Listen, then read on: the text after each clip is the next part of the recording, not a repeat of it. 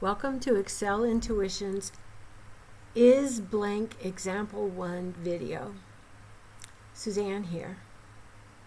If you haven't already done so, you might like to download your own copy of this companion workbook by clicking on the link included in the text under your YouTube video. I'm going to jump now to the worksheet labeled Mayoral Candidates. And what I want to show you here is we can test to see whether or not the contents of the cells in the middle name column are blank or not by using a function called Isblank.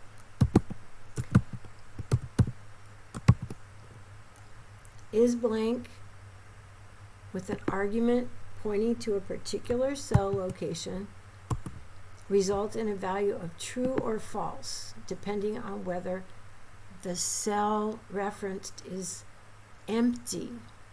This doesn't mean that it just looks empty. It means it's genuinely empty. There is no value in that cell.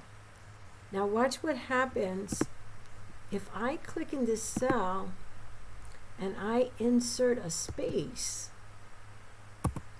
It still looks empty to my eye, but Isblank knows now that it's false, that it's empty, because there is actually a space in there.